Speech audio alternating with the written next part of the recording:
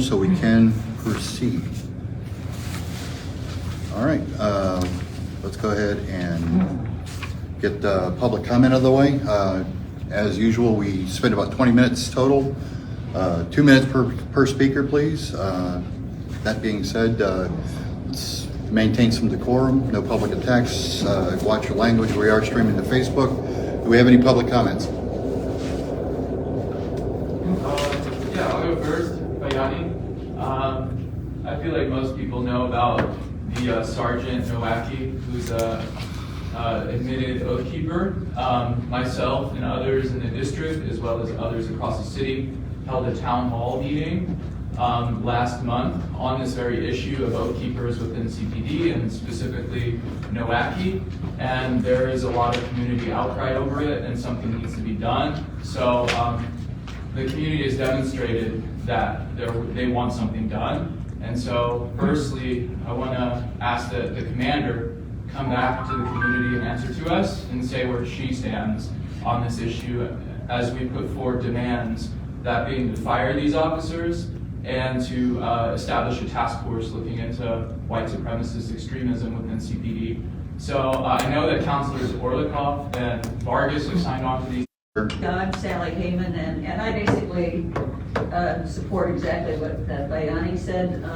I was at that town hall, and it was an overflow crowd, people that showed up, plus aldermen, people from the CCPSA, and from the Office of the Inspector General, and they all were saying basically the same thing, that you know, it is just horrible that we have known oath keepers, you know, in our police force, and we have one of the worst, I think, here in the 14th district. Nowacki, who's got a long history of not most of it. He's a lot of problems that have been documented over the years. They were mainly in the 22nd district, and then he moved to the 14th. But he has a long history of treating people horribly, and it's just, and he's a sergeant. So he's in charge of other police officers in our district, and I just think that's outrageous. So I would encourage, you know, you, Christopher Brown, I would encourage you to also back that proposal, and let's really push to get the commander here.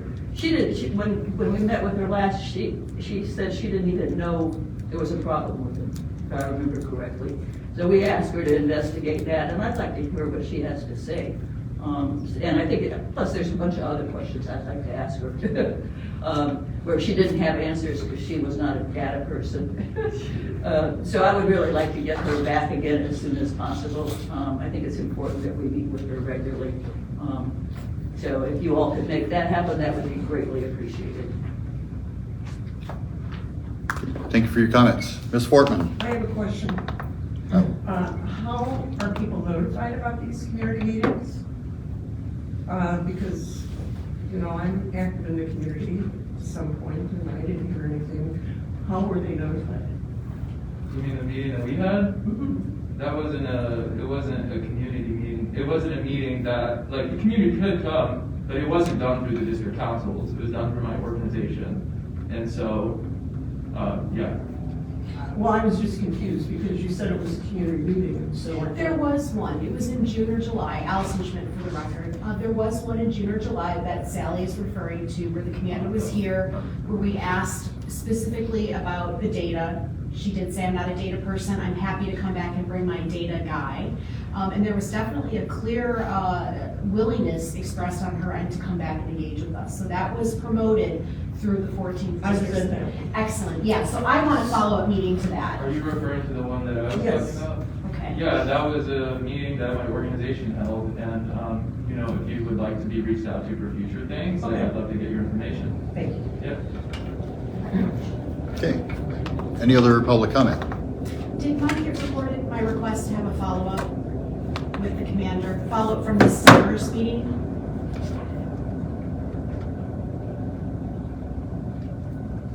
So your comments are once again?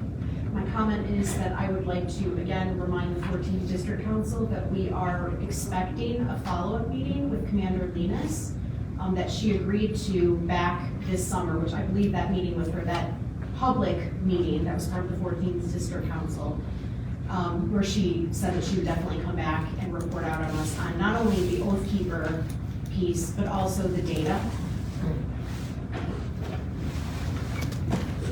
Thanks. Thank you for your comments. Do we have any other public comments that anyone would like to share? Hi, If you could apologies. state your name for it. Mark Hubert, Logan Square, Avondale. Apologies for late, miscalculated the transit time. So I may say something that's already been said. I'm interested in just learning more about the process and hopefully participating in connecting with the people who are supposed to serve and protect. As somebody who's Jewish, I always kind of wonder, like, what were Germans thinking in the early 30s when, party was rising to power, but hadn't quite had power. And I think a lot of people are like, oh, it's not going to happen. And hopefully it won't. Hopefully our far more diverse society, and some of us remember history, don't want that to happen. But I also don't want to, I don't want to be hopeless, and I want to think that the majority of people who join the police force actually want a decent job and they want to serve. And the culture is obviously sick, and they then get indoctrinated that they're at risk. They're, somebody's always going to try and kill them. Everybody hates them, and that feeds the negative culture. So I'm interested in learning more, because I think that if we can connect on a community and on a citizen and on a human level to everybody, that when we take to the streets to protect our brown neighbors, when the federal government sends the ICE into our communities, that we don't have to wonder what side they're going to be on. Our fellow neighbors who also have a badge and a gun. Thank you. Thank you for your comments. Any other public comments that anyone would like to share?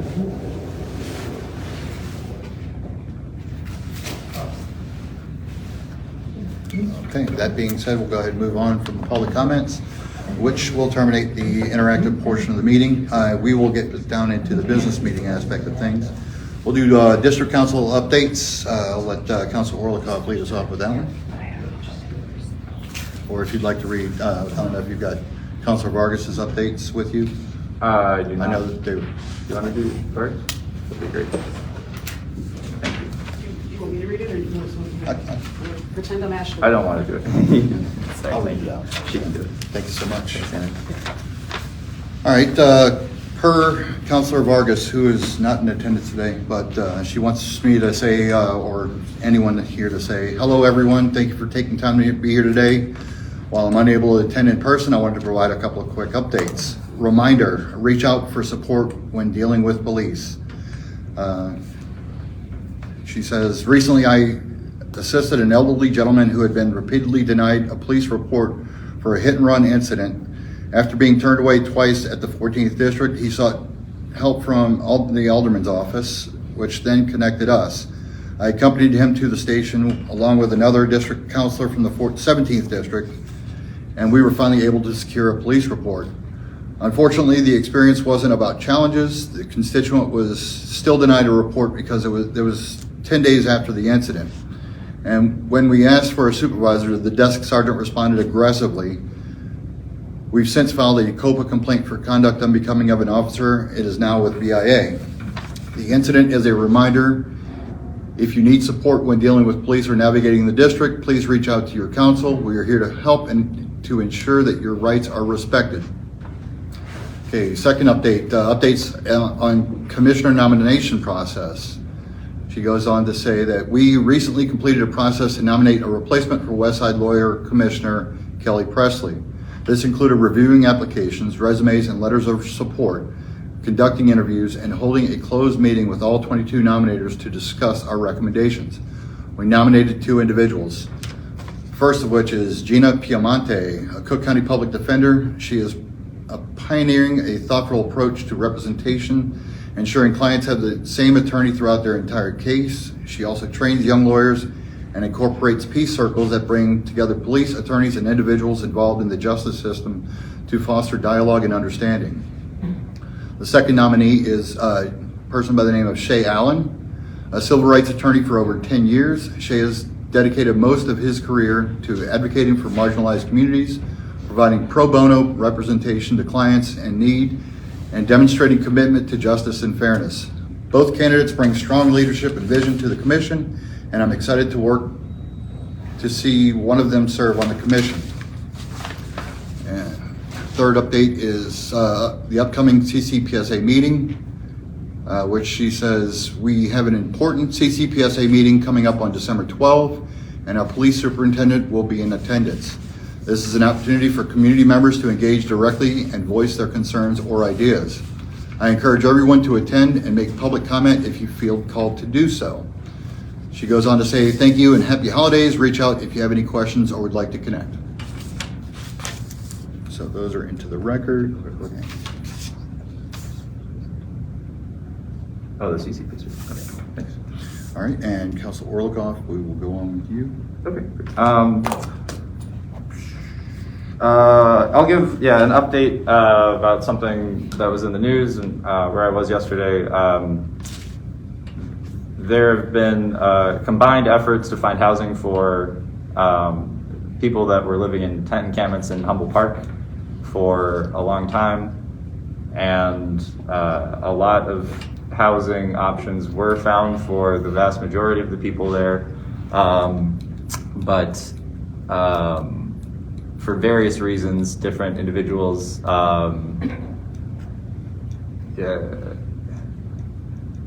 some of the individuals would have preferred the option of having their own tent to some of the options that have been available to them historically, or that they feel were available to them at present, whether because it would involve splitting up their family or being in larger combined living situations, having less access to personal belongings, curfew, etc., other things that can make it harder to have a more self-sustaining, safe and comfortable life.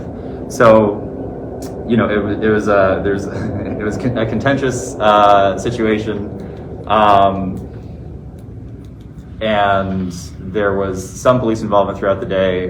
2 arrests that I was aware of, not of the homeless people within the camp, but of some people that were attempting to support them to prevent their tents from being taken and destroyed. And there were, late into the day, so there was a lot of the agencies, mainly headed by DFSS, were operating in a large force yesterday, trying to get people that were still in the park different options, and I forget what I was going to say. But they shut down most of their operations. They were in the field house by about 5 p.m. and there were at that point 2 tents remaining in the park. The arrests had been a little bit earlier in the day, like around 3. There were no arrests to my knowledge after that point, but there was police presence to kind of in a somewhat of a show force, but to let people know that they would not be allowing them to remain in the park after 11 p.m. So after that was made clear, over the next couple hours, the 3 remaining individuals in the 2 tents did decide to seek other options outside of Humboldt Park. So as of the present, there are no people living in Humboldt Park, and there is a new policy in effect that the police said that they're going to enforce, where they're not going to permit anyone to return to live or to have a tent or personal belongings in the park. So they're said to be enforcing the park rules, with zero tolerance. And yeah, I was there with the Illinois Union of the Homeless, just trying to assist people in various ways. That's it. Okay, thank you for your updates. Okay, I've got a couple of quick notes. First and foremost, I want to apologize for not being here for the November meeting. I did have some personal items that came up. However, I can say that I was hard at work on a couple of other items, one of which kind of taking a very detailed look at the current CCPSA, the 2 tax 80, tax 70 portion on how we can slim things down, make them more efficient and that sort of thing. And I can share that later. I've presented it to a number of decision makers in city council, and it's currently under review, and I could give you what I presented, but it's probably not going to look anything like what will wind up coming out the other end of it. So that being said, I also wanted to, for the record, note that today is Pearl Harbor Day. As many of you may know, I am a proud Navy veteran, and this is a reminder of the U.S. being pulled into World War II. Took place on this day in 1941. So I'd be remiss if we didn't recognize that. I've got 2 organizations that reached out to me, one of which is the Bucktown Community Organization, and this is more for the record. I want to acknowledge their efforts to positively celebrate the holidays while building community building. They're currently out as we speak, doing caroling throughout the Indy Row Holiday Market. If anyone is interested in connecting with them, I have my cards here. I can push it to you. I also have a sign-up sheet for my newsletter in the back if you'd like to be included on that. The other item that I wanted to bring up, I had an organization called iMentor, and this is Mr. Salins had mentioned prior to the meeting that he was doing some teaching work online. And this is kind of in line with that. This is a volunteer thing. They're looking for 50 mentors for the North Grand High School, and reaching out asking for support. As mentioned in my previous item, if you'd like to participate in that, I have cards here, or you can sign up for my email, and I can share that information with anyone that's interested. With that, that concludes my updates. All right, discussions. Okay, you want to take police accountability, DC's vote to make ending pretextual stops a 2025 commission priority. Yeah, thanks. Hi, so we had our annual meeting, all of the district councilors, November 13th, maybe, or 6th, November something. And prior to that, we had voted online for a number of proposals, many of which became commission priorities. So earlier in the year, we set a process where any district councilor could, if they had 7 district councilors that would agree to sign off with them, they could make a proposal that would be decided on by all of the district councilors. So we use that process to come up with the recommended commission priorities that we are required to do every year. And one of the ones that made the list for 2025 is the proposal, that stemmed from this meeting a year and some months ago. This council voted for it, probably the first council to vote for it. And now it is the official policy, not just of the district councils, but for the commission for 2025. So the handouts are available. I passed out some of them. I'm not going to read this whole thing word for word right now because that would be excessive. But it just lays out the 3 elements of the policy, which is end pretextual traffic stops, which is when law enforcement uses the excuse of some violation when their true motivation is to search for something else, like called phishing, looking for guns or drugs or whatever. 2, limit stops for low-level offenses, things that don't concern public safety, whether that's a seatbelt or things of that nature. And suspicionless consent searches, which is kind of the when they're asking to search your car, but there can be a lot of coercive elements to that, and if they don't have any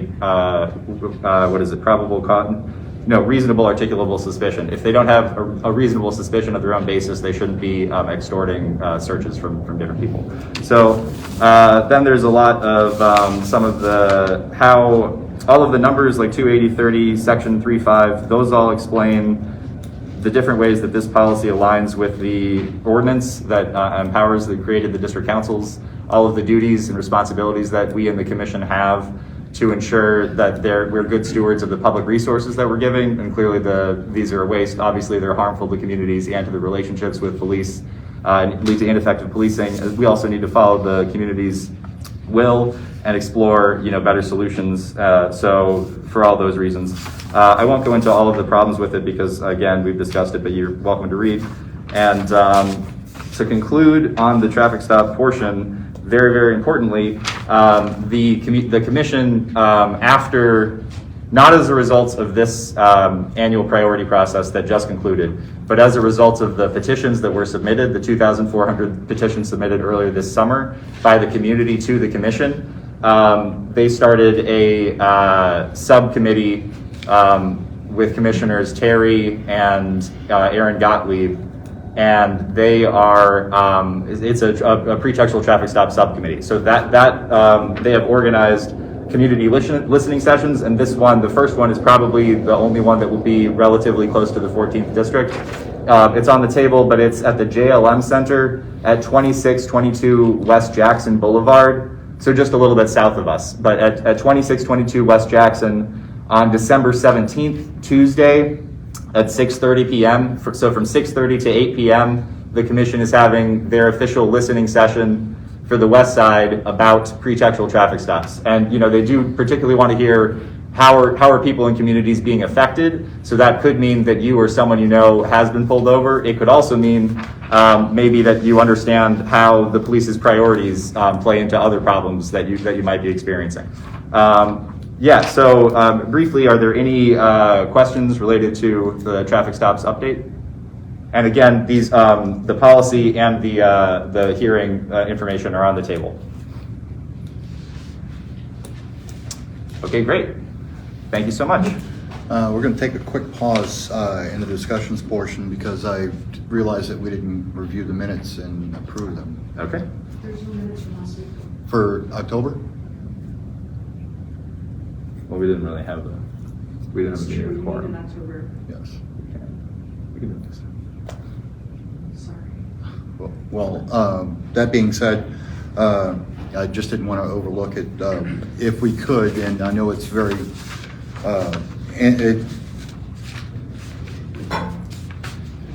it's not very visible for us to do it this way, but we do have a mandate saying that we have to have them done by the following month, which would be this month. If we could have those delivered to us via email for an email vote? I think November doesn't count, so I can give it till January, because Okay. there's no quorum meeting in November, but I understand what you're asking. Okay, so with that being said, Councilor Orlikoff, do you have any objections to us postponing the approval of October's meeting minutes until January? No objection. All right, that being said, by unanimous consent, we will vote on those in January. Sorry for the interruption there. Councilor Orlikoff, what do you have for restorative justice? First, just very briefly, I'm not actually going to get into it, but we also have, I spoke about this at the last meeting. The only current policy under review by the commission is the policy called General Order 0111, which is how CPD relates to the district councilors and the commission. So the number one policy that we set in our first year that they've been working on this year is in the back and forth review process. And I spoke more about it last time. I'm not planning to get into a large thing this time, but I believe we have some copies available. Or actually there's one copy there. I have two copies as well. So if you'd like a copy, grab it. But some of the key questions in there relate to the district the district's attendance at these meetings. So so should the commander be required to attend, or could they just send the cap sergeant or a lieutenant or a captain? And do they have to attend all the meetings, or do they attend the meetings when we request them, or we can let them know if they need to or not? So that's one question. The other question is check-in meetings privately with the district counselors. Is that discretionary, or is that spelled out in some way so that there's a standard access? So those are some of the important questions that are addressed within this policy. All right, thanks. Okay. And then into the restorative justice, all I wanted to point out was, again, we have I have a QR code and a flyer here, but the Institute for Nonviolence Chicago is hosting a virtual lunch and learn, they call it, so just a webinar at noon on Friday, December 13th. And it is titled Measuring Peace, a deep dive into CVI data and impact. That's community violence intervention or interruption.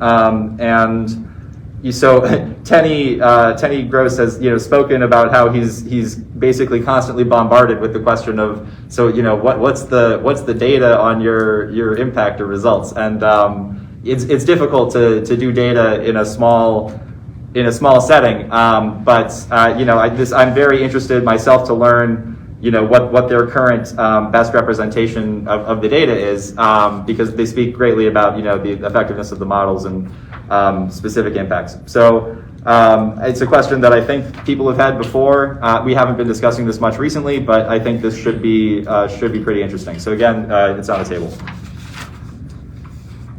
That's it.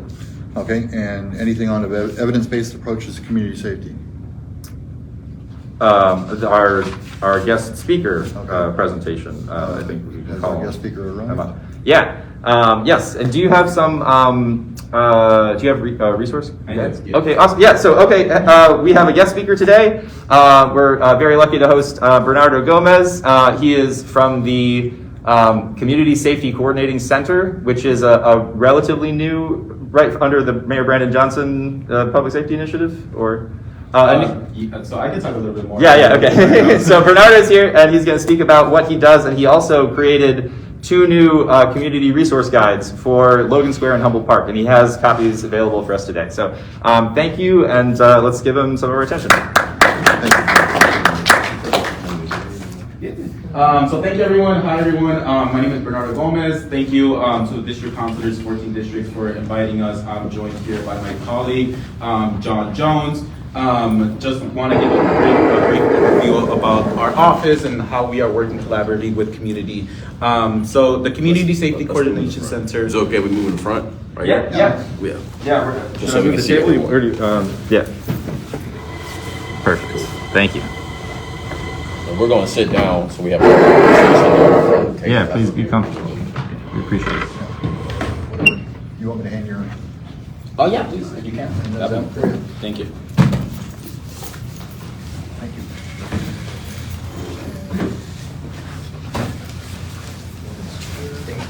So we don't have a formal presentation, but we're really big on just having a conversation about community safety, and we really want to hear a lot of your concerns of what community safety is and how we can work together. So very quick, I just wanted to reintroduce myself. My name is Bernardo Gomez. I'm one of the community engagement managers for the Community Safety Coordination Center, overseeing the west side and the far south side. That includes Humboldt Park, Austin, Garfield, West Pullman, and the Rosen area. And then I'll pass it over to my colleague, John Jones, to present himself. Good afternoon, everyone. My name is John Jones.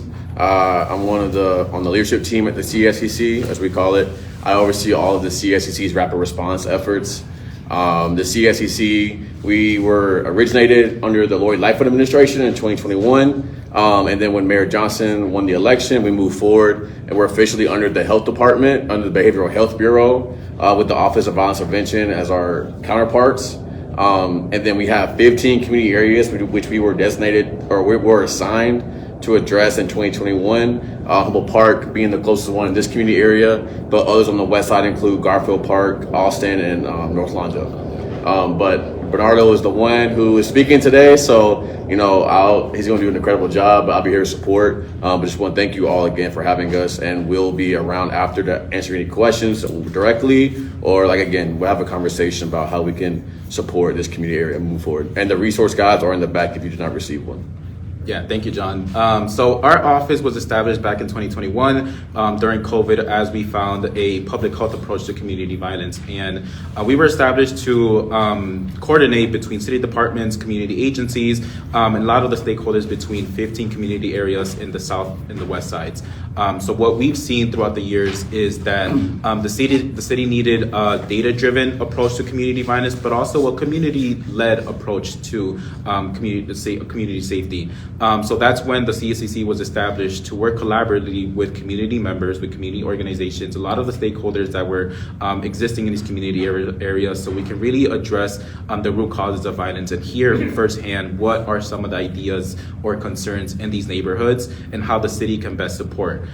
So I always like to say that we are completely community driven, we are data driven, but also work with various other partners such as, our organization that you mentioned, the Institute for Nonviolence, specifically in my region, in the west side and in the far south side, we work very closely to establish a community activation network safety table.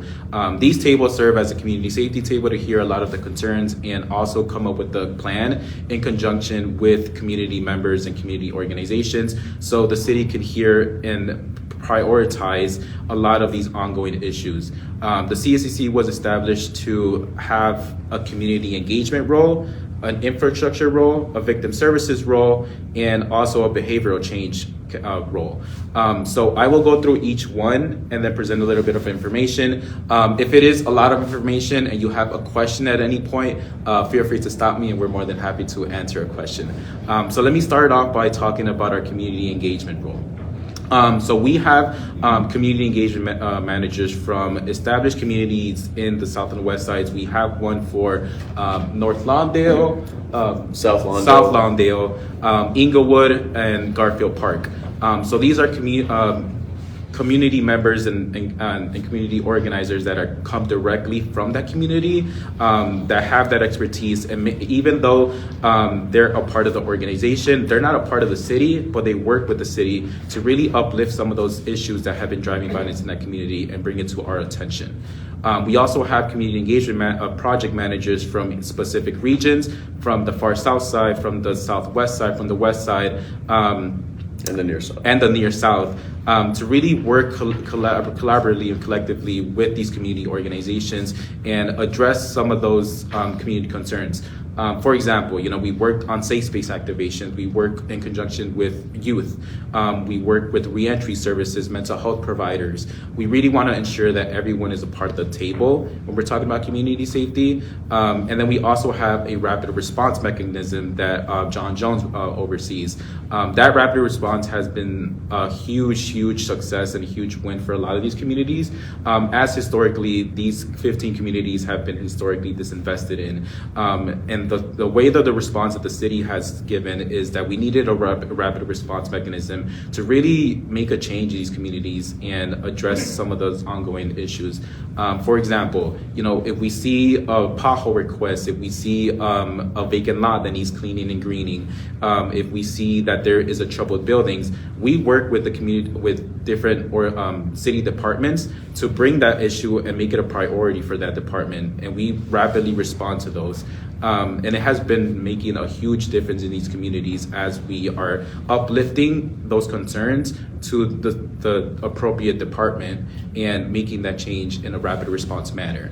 Does anyone have any questions? I will add on to that really quickly. So Bernardo mentioned like a pothole, which you may ask, like, how is that a community safety concern? Besides someone maybe get upset, but studies show that when when community has pride and ownership of the environment, when it's beautified in a way, then we see numbers across the U.S. where violence has lowered in some communities up to 60%. So having that be something that we address with partnership with the specific city department, that coordination is how we see our role. We hear concerns from the community. We internally address, okay, what department can support us in this? And then we work with them in partnership to then fulfill it and then go back to the community and then see, okay, what are your thoughts? Is this working? Other examples include like street lights. If it's a dark alley or a dark street, as a community member, you probably won't walk the street.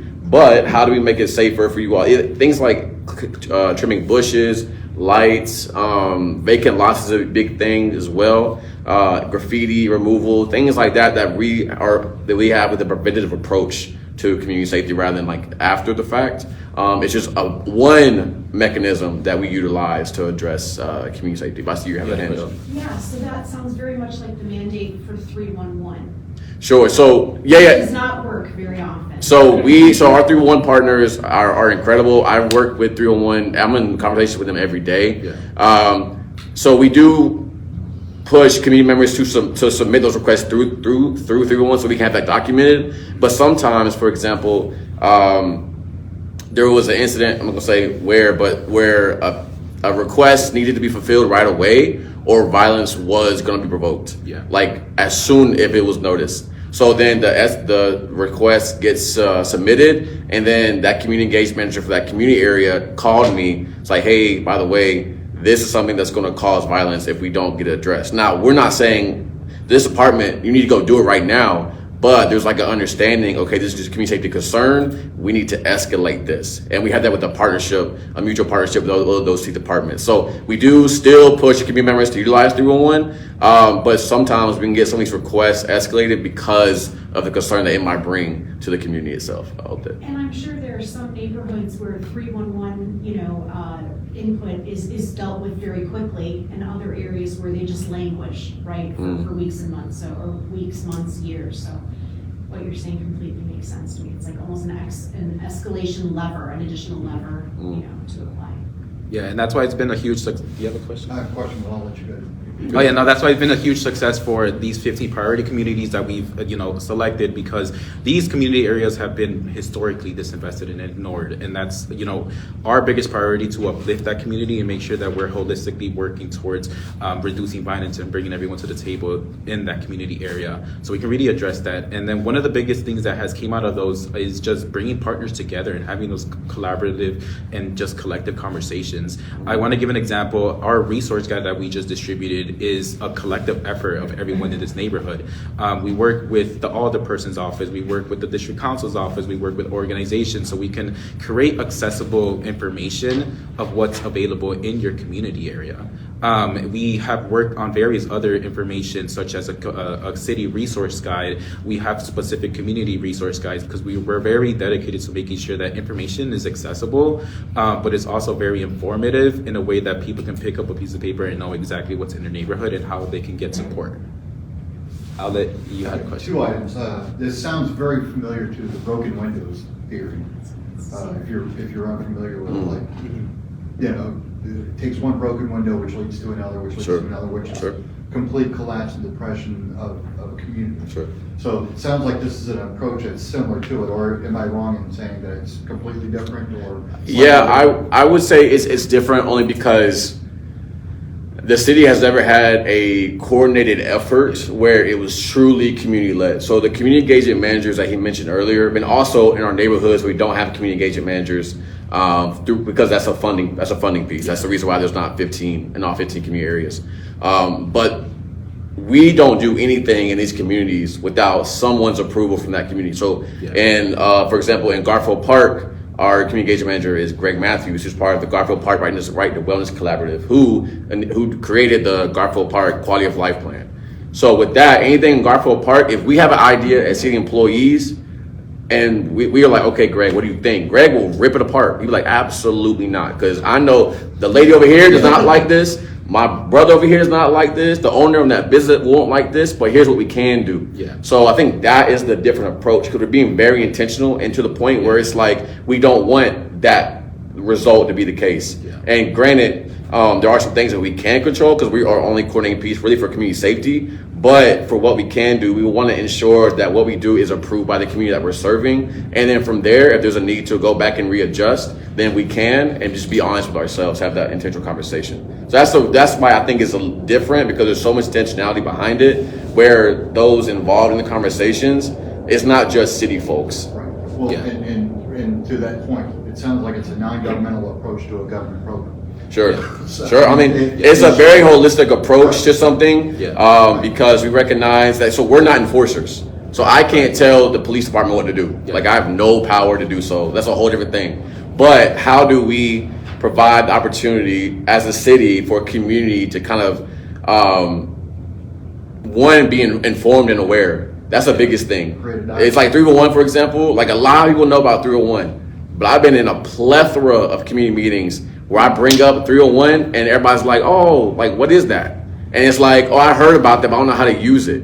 So how do we work with 311 to then go into communities and train individuals, which we are working on actually? How do we train individuals, community members, or train like leaders in the community so that when they're on the block or with their friends, they can be like, oh, we see that request, hey, I got you because I've been trained how to do that. That's something we're working on too. So it's just like that intentionality behind it, and really doing our checks and balances with the community itself before we even like implement something, or anything that we've ever done from the CSE has always been approved by the community that we're serving with. All right, and my second question to that was, because you mentioned 311, which a lot of us in the room Sure. are familiar with. And by Sure. the way, I'd be remiss if I didn't say thank you for what you're doing. I think it's a wonderful program, especially the approach. 311 has been brought up. Sure.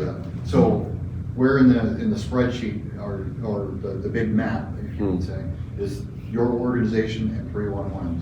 Do you trigger them or they trigger you? Yeah, so 311 is its own entity. So again, we don't have the power to say to 311. So we actually do not communicate with 311 because 311 is just the hub. Yeah. So the request goes through 311, then 311 will disseminate that to the proper department. Yeah. Or that department will get that request through 311. Is just like getting that coordinating piece. Clearinghouse. Yeah. So I have conversations with 311 a lot because I want to go over some of the data. And when I present the community, like I want to have like, oh, we see on this block that has a huge community safety concern, we've fulfilled this number of requests through the past year or so. But with 301, we don't tell them what to do, but what we do is if we get that request, we go to the specific department to escalate that. We don't go directly to 301. 301 just is the hub for us. And then, for example, like Streets and Sanitation, who've been incredible partners, they'll say, okay, here's what we can do in this time, because of course, we can't drop everything for one need, but they'll like definitely, okay, we'll put it on our agenda, and like again, incredible partners, but that's how it kind of works on our end. But 301 is just one piece. Yeah. Like something I don't want to get us to be like lost on is like, it's just those requests, because, and we'll get into it a little bit more, maybe the conversation is kind of going this way, but it's more, we understand that for community safety, it's more than just like being preventative, because we also have, like victim services, who provides a whole bunch of resources to individuals who unfortunately do suffer from gun violence, whether it's fatal or non-fatal. We also are able to support communities, community organizations, but also block club presidents with hosting like block club parties, through like things like logistics, tables, chairs, and such that could eat up in someone's pocketbook, if we're being honest. We have the ability to do that in our funding to support some of those through our city contracts. For the victim services, another piece is the ESVF, which Bernardo will expound on a little bit more later. But you know, we have a program, the Emergency Supplemental Victims Fund, where someone who is a victim of gun violence fatally can receive up to $3,500. Their family can receive up to $3,500 in expenses right up front in a few weeks, in like a week or two, which is now citywide under 24, but in our 15 community areas, is any age. There's some logistics there for sure, but it's just like, how do we again coordinate this so that we're addressing each of the pieces? Now we might miss some, which is why we come in the community and you tell us, hey, y'all ain't thinking about this. This is why we're here. But there are specific other avenues that would really work through from that perspective. I had a question over here. So you brought up funding, knowing that our city has a ginormous budget shortfall Sure. for 2025. Have you heard that your funding or resources are at risk? So I'll take this one. So we are funded through the health department. We have not been told that our funding will be diminished. Yeah. There, do you still have a question? No, it's good presentation. All right. Any other? There was one more question. Just in general, and actually for our counselors as well. So this is awesome. I mean, I think the more that there is deployed organizers, which is basically what you are, that you've been empowered. How are you finding the reception from the different? You mentioned that Streets and Sands has been pretty positive. Sure. Because ultimately, like 311, like you were saying, you call 311 and like, you know, is it a joke or not? But all they are is a clearinghouse. So Sure. you call them and it's like, if the problem, they're like, oh, this is a Streets and Sanitation and you're in blah, blah, blah. And they just pass it to the department. And then if it dies at the department. There's a question mark into that. Sure. It's not a right statement. But so what I'm really curious about, though, in your role is like, are you getting tolerated by the departments, or is there actual engagement? Are they like, okay, yeah, we wanna serve the city. You're helping. You help us do that because you're bringing us issues that the people care about. Yep. Yeah. I can share a little bit about that. So, in the People's Plan for Community Safety under the mayor's office, Mayor Barron Johnson, which we're not. I lead one of the pillars in that People's Plan, but the CSCC is not part of that. So, just to make sure there's a clear line, we're not the mayor's office. But in that, one of those is 311 infrastructure. And in that piece, for the People's Plan, it's right now it's 4 neighborhoods: South Lawndale, Austin, Garfield Park, and Inglewood, where there's a lot of intentionality on a hyper focused level with specific block groups. This all can be found if you look at People's Plan 2024 Chicago. You can find the information. Unfortunately, I don't have it on paper with me, but one of those is a workshop that I had with a multitude of departments. Is how, because we believe that everyone can play a role in community safety, from a community member standpoint, from an organization, from a business, all the way to city departments. Every city department can play a role in community safety. So when it says, I would say it's more than tolerated, because we are received very well. In fact, I feel like we're embraced because they understand the work that's being done from our perspective. And the city, again, has never had such an intentional coordination piece ever in our history. Like, my job is to call city departments throughout the day just to see, okay, I'm checking in on this, I'm checking in on that. Oh, there's a problem. Okay, let's meet today to discuss this. All because it's for the community that we're serving. This is why we get paid to do our job, is to not to serve ourselves, but to serve the community. And for me, that looks like calling departments to check in. So I would say we're way more than tolerated. We're embraced. They find value in us as the same, because we value them. Because we know I can't do it without them. I'm not the one that's going to cover up graffiti. I'm not the one that's going to trim those trees. But I can, from my perspective, I can share that the community is grateful for that. And then for them as a department, I think the people I've interacted, that's what like drives them to continue this, rather than just being like, it's a CSC calling again, let me answer this. That makes sense. It does. Thank you. Yeah, and then one thing I do want to add is that, over the past years, we built amazing relationships with city departments, and also have been very proactive in the conversations that we're having. So we're not just, picking up the phone when something happens, but we're having those constant conversations before something even happens, And we're also looping them into community. Yeah. So that's another, sorry to cut you off, but like, in regards to that, like, we had a conversation in Inglewood where a department, like, I coordinated the meeting. I was like, hey, we'd love to meet. The Inglewood would love to meet with you. That deputy commissioner was like, okay, cool. They met, passed off. Now they're having continuous meetings. So for me, that's the goal. It's like, okay, my role one day, I may not be in the seat. Yeah. So it's like, how do I prepare with intentionality to prepare for something like that, where it's like, okay, instead of it being like a middleman, now we can go straight from community to department, and we're seeing more progress in that, and just this year alone. Thank you.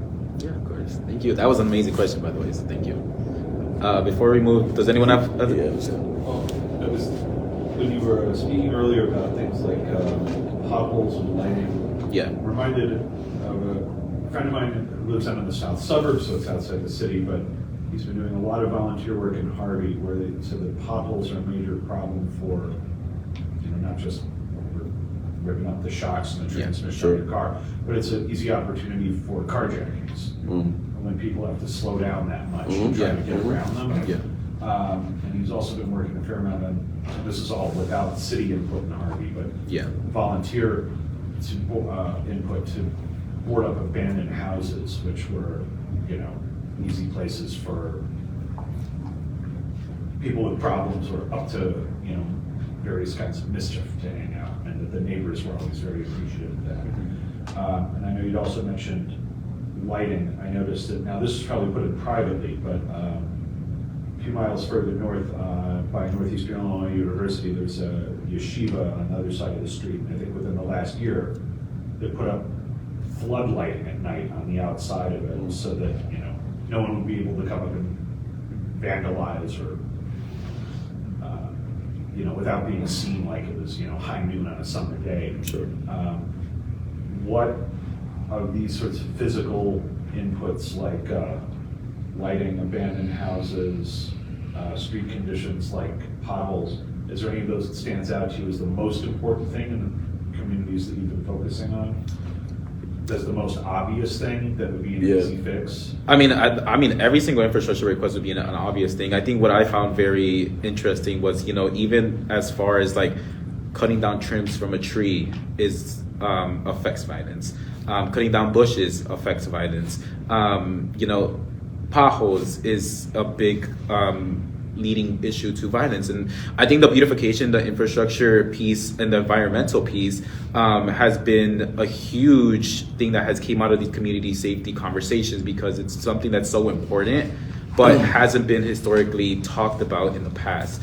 So I always like to say this because back when we first established in 2021, we built out a community safety framework and met with each department to talk about their role in community safety and how they are going to prioritize it with the Community Safety Coordination Center. So we met with infrastructure departments like Streets and Sanitation, Department of Transportation, and we built out a priority in the community safety framework of how they are going to be playing a role in lowering violence in these community areas. So even as far as like potholes or trimming trees, fencing vacant lots, people fly dump and leave abandoned abandoned cars in these neighborhoods, it makes a huge difference to just be fixing that pothole, fixing that tree, fixing that cleaning, just cutting down, mowing the lawn. I think that has made a significant difference in really addressing a lot of those infrastructure and environmental issues in these community areas. I will say though, I think to your question, I think it varies.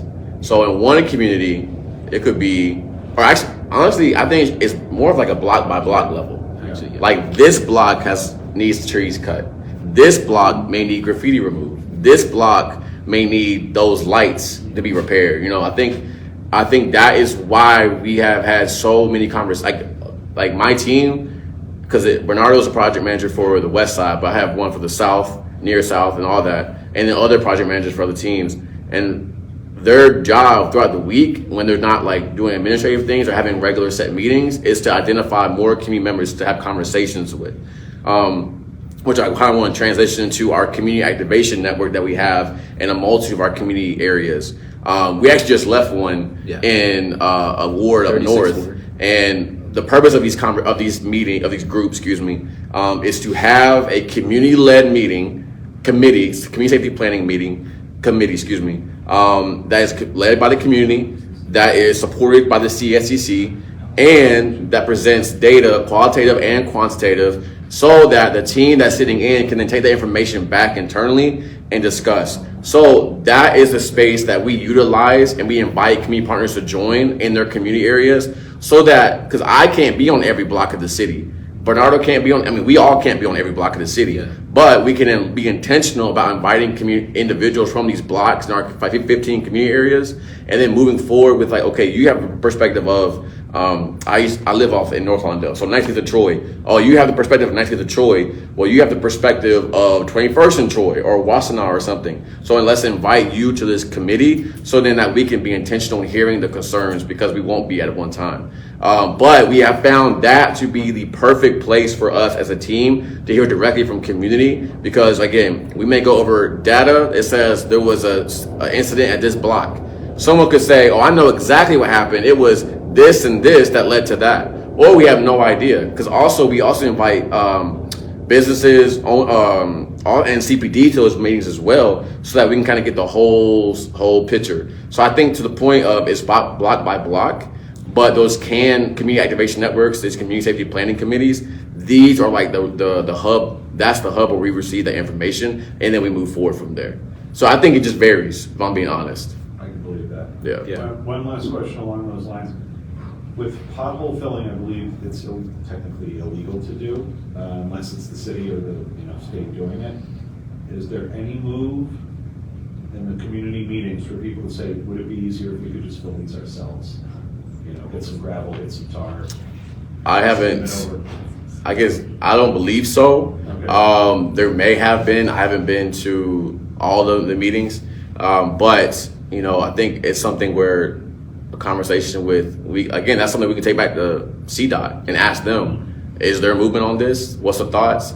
And then again, from our perspective, it's like, okay, if this is this is not saying I'm not committing to doing this, but is there a possibility that we can work something out where there's because I know a lot of communities want to be community led, even the repairing of their own community. Yeah. So how can they play a role in that? That's something that, again, that insight is why we're here, so we can hear and then think about, okay, that's a great idea.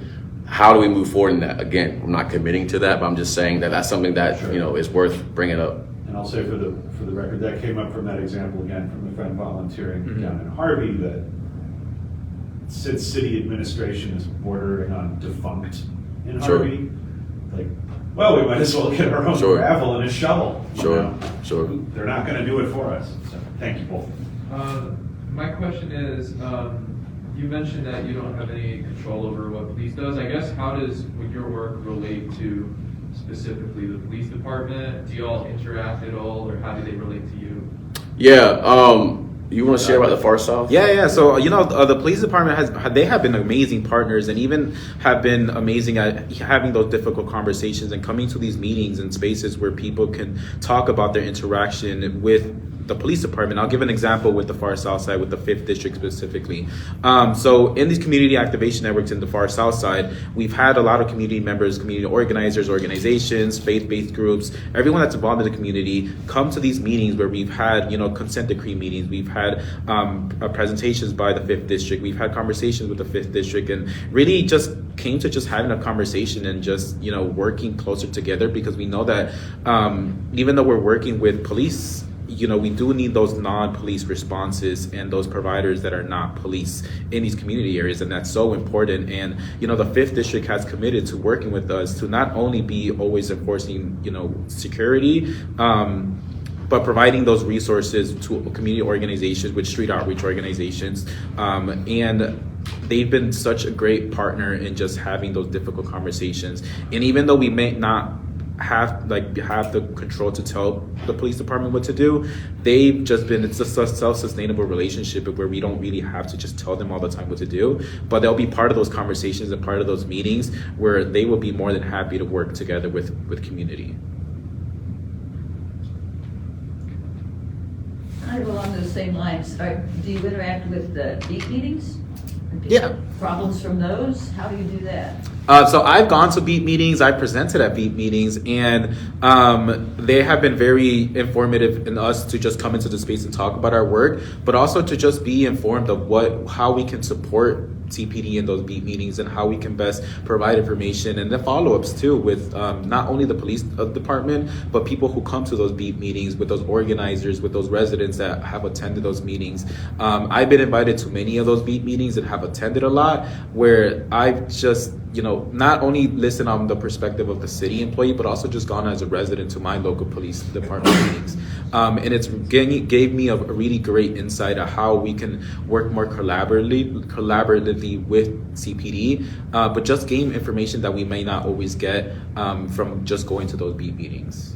Yeah, because it might be, we've had problems since the beginning of the year where cars are getting broken into on Kedzie Avenue, just east of Milwaukee, where there's a bunch of businesses and restaurants and stuff there.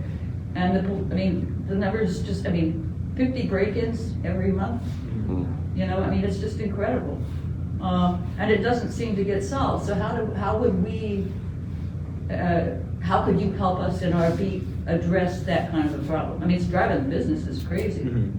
Where is this located? You said Kedzie and... Yeah, it's beat 1414. Can you give me the intersection streets? It's basically just south of Kedzie and Logan Boulevard. In Milwaukee, where they meet, and just south of that, like 2500 block of Kedzie. Yeah, we can have a conversation and connect after this, so we can make sure we follow up. And I'll give you all my contact information. So if you guys have any other questions or concerns, we can have a one-on-one and talk about how we can best support the work. But I would love for us to connect and talk more about how we can support that. Our next meeting. Yeah, we'd love to. We would love to.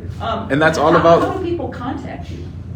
So we're on, if you look up we have a website, I'm sorry, I'm blanking, but if you look up the Community Safety Coordination Center, City of Chicago, you'll find the website. We also have, oh yeah, it's on the back of the flyers. And it's on the resource guides Yep, as well. It's on the resource guides. And And we have a- in the resource go guides, ahead. there's a website. And then I can give you all my contact card and John as well, so we can, be more well connected. But the most important that we wanted to come out of this meeting is, for us to be present and also to just give information, so we can, be in constant communication. And, for you all to be aware of the work that we're doing and how we can work together on that. We also have an Instagram page, Yeah. which is a great platform for us because we advertise events that we're supporting Yeah. in the community. So you'll see video. It's like at CHI safety. There you'll see Bernardo, myself, other colleagues sharing about events happening this week, just so community is informed. One thing, I don't know if we're at time, but one thing I just want to make sure I emphasize is the CSCC, we have 15 community areas that when we receive our funding, we are only allowed to put funding in those community areas. However, the coordinating piece is something that we can be of help and outside of our 15. So just want to make sure I just clarify with that. Yeah. If you gentlemen wouldn't mind sticking around for any further questions. No, Yeah, we're happy we'll to. definitely be I here. appreciate you coming out here and giving all this valuable information. Absolutely. appreciate Thank you you for all for having us. having us. Thank you.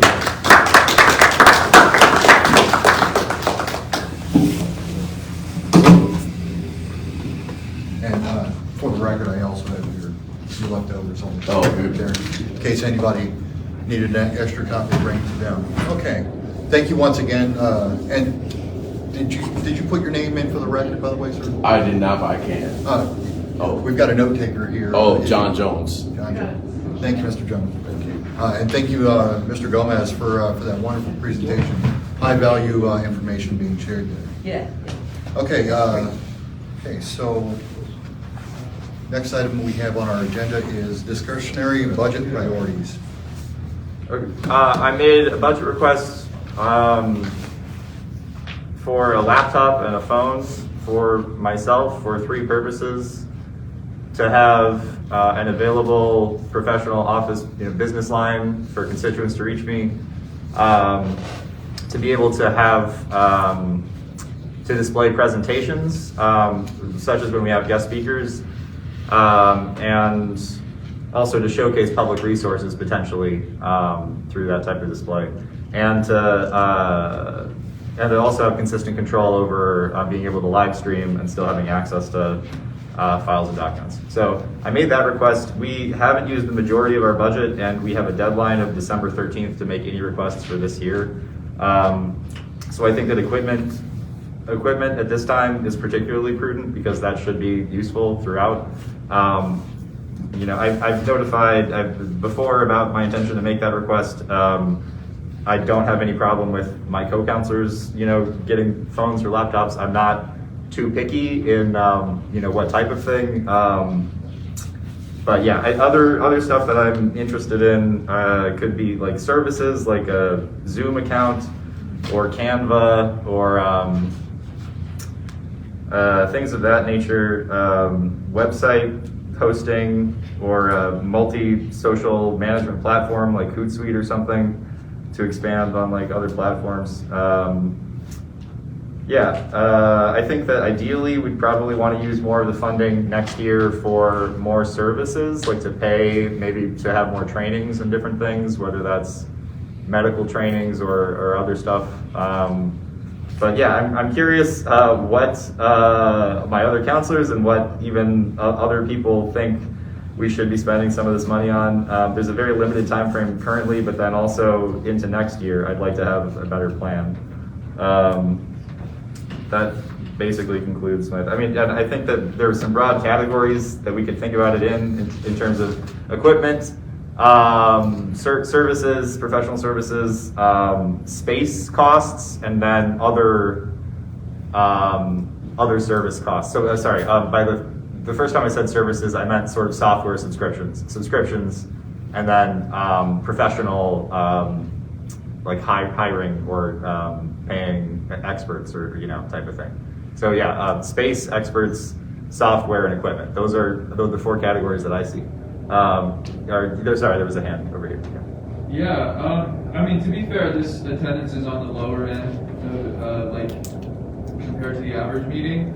But I think we need to have more people in these meetings, and outreach needs to be prioritized, like outreach, like door knockers, most notably, because like if people from the community aren't coming to this meeting, then you know, what's the point? And I mean, there are people here, I don't mean to like diminish that, but we need more people. This is a very big district.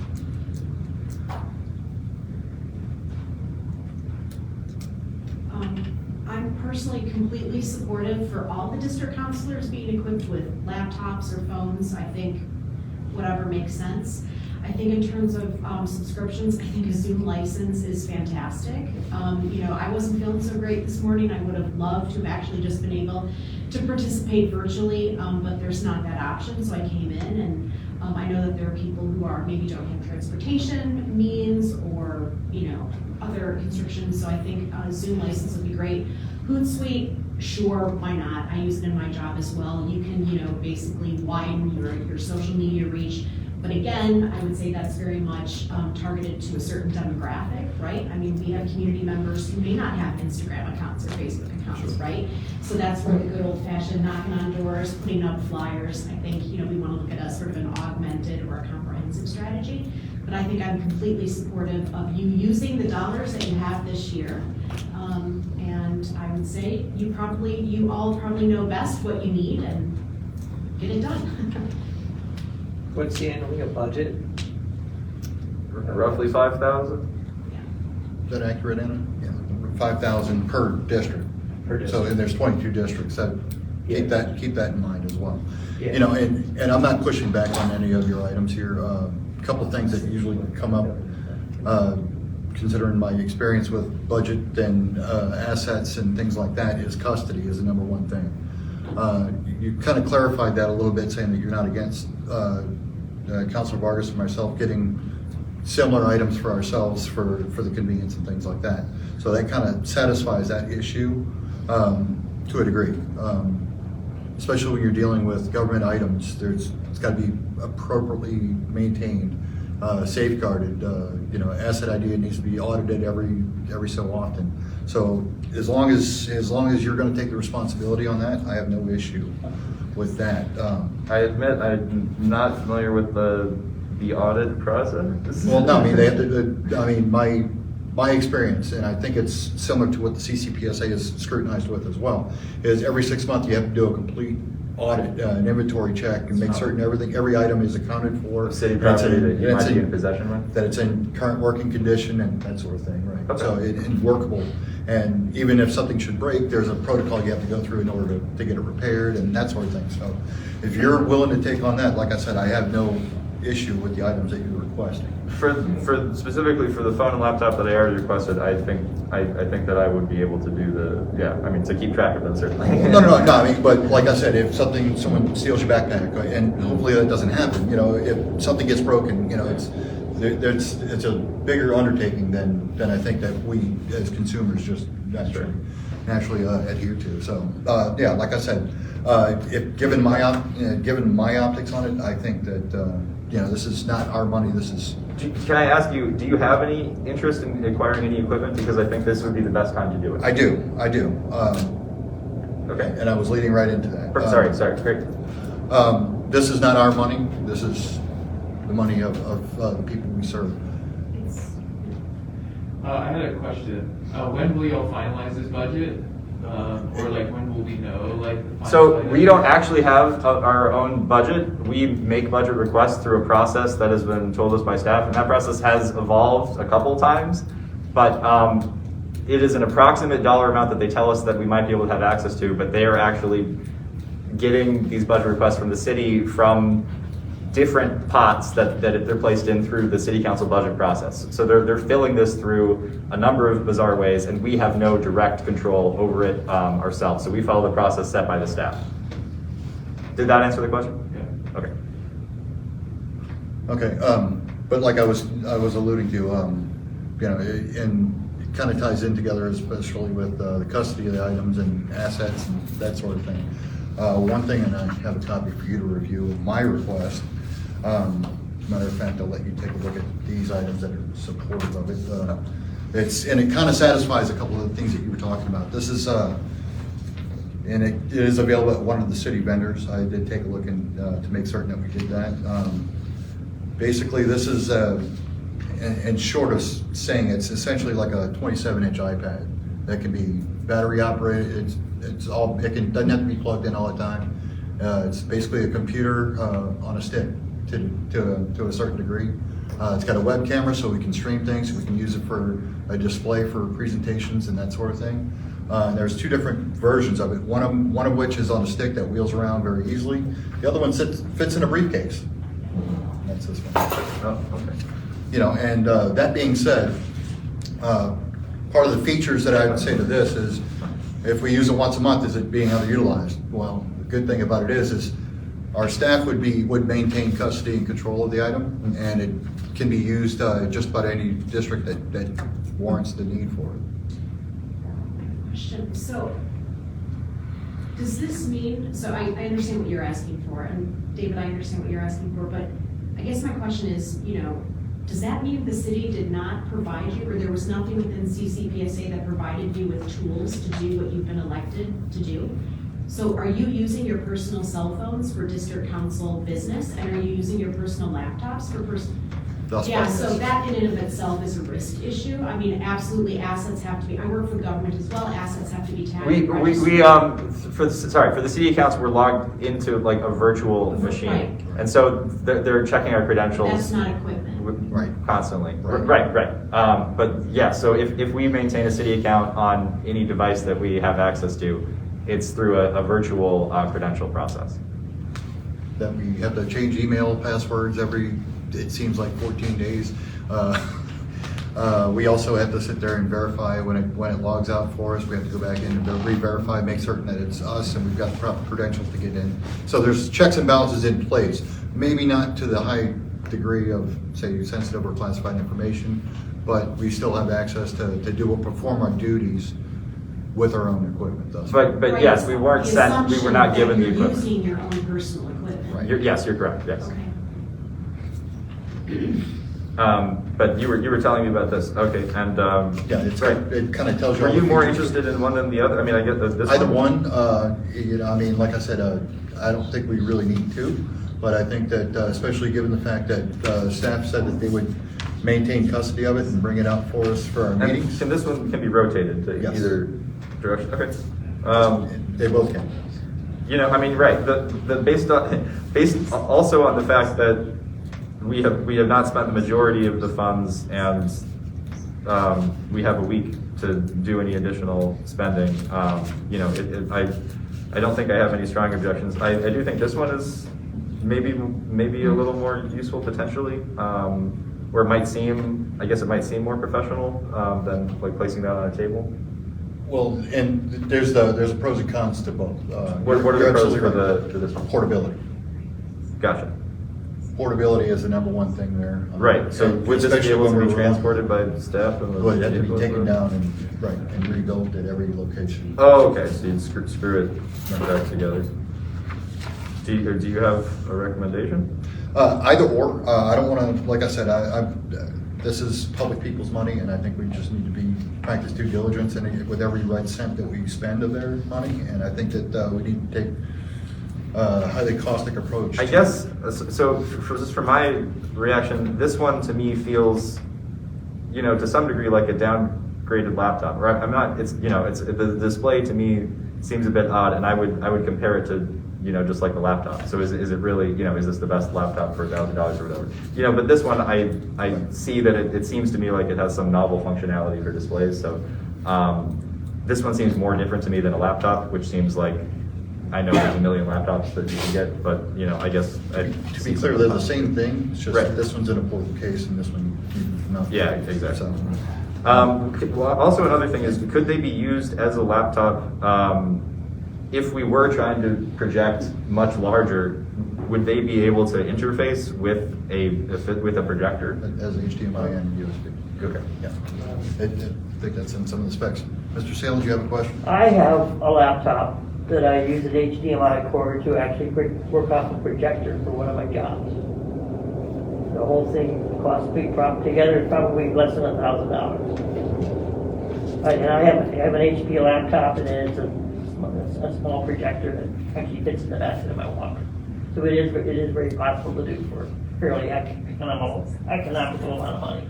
Yeah, and the two libraries have screens, and Humboldt has its own larger display. But You could do it very economical for that kind of. So I definitely agree that it should be possible to use projectors for a larger display, but I think that there could potentially be, if this is easier to set up without having to use a projector, there could be some use to that potentially. If you want, I will at some point show you the projector I use.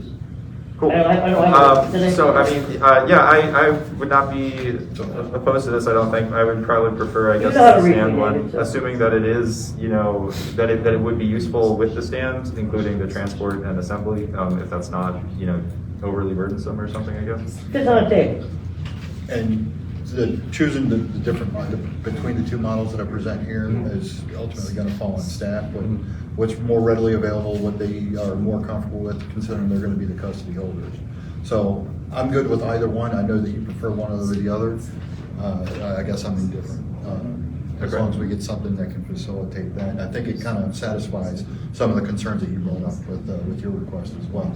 Not that I'm trying to deny your request. I would appreciate your co-sponsoring that budget request. Though. Yeah, I mean, so I don't think I'm opposed to it. I think it could work. I do stop short of saying that I think it replaces fully the need for a laptop, because I think that there could be circumstances where we would want to plan for a full projection, and that also me having control of the item where I can communicate with the guest speakers and, you know, receive the presentations ahead of time and all that sort of thing. I think that there is a purpose to having a computer that can do everything as well. But this seems okay to me, especially just given that I don't have a plan for all of the funding. Okay. So I do, I place mine as a higher priority, the ones I already made, but I don't have any opposition to this.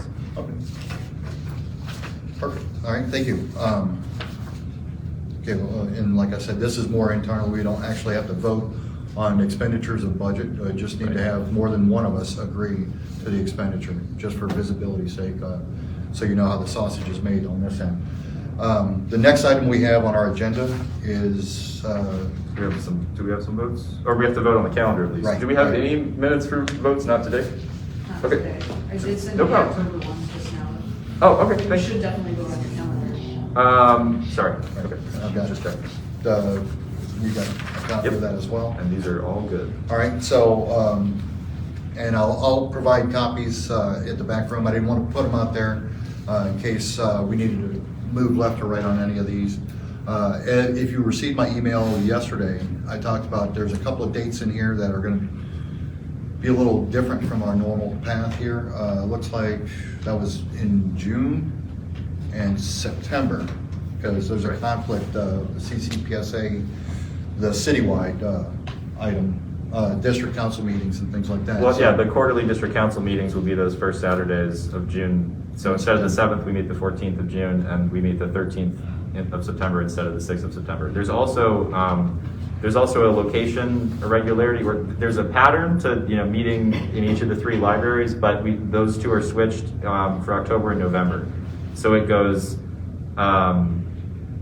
Here, Humboldt in September. August, Wicker in September, and then back to Humboldt in October, and then Logan in November, because Logan cannot host other events. They're too busy in October. Okay. All right, so that being said, looks like with the exception of the June and September meeting, which will take place on the 2nd Saturday, and of course the location matter that you brought up, looks like we're going to stick with our traditional plan of the first Saturday of every month, starting at 1 p.m. Is that accurate? Yes, it is. All right, and you want to propose?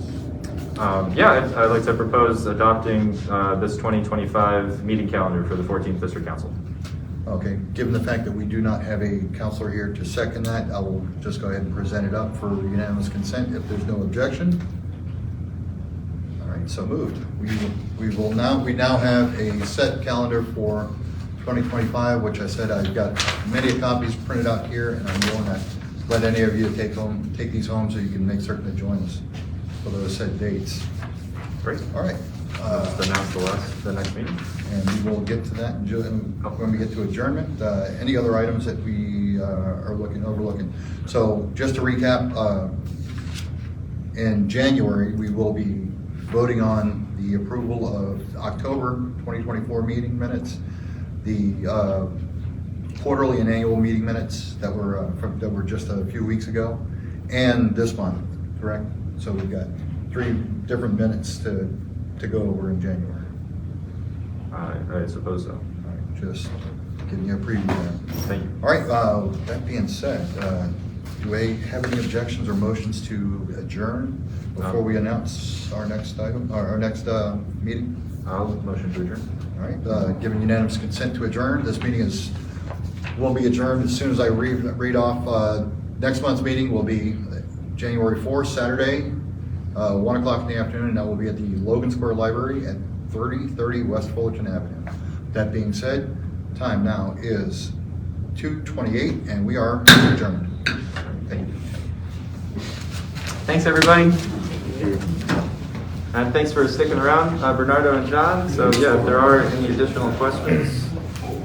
And don't forget all the handouts from today in the back.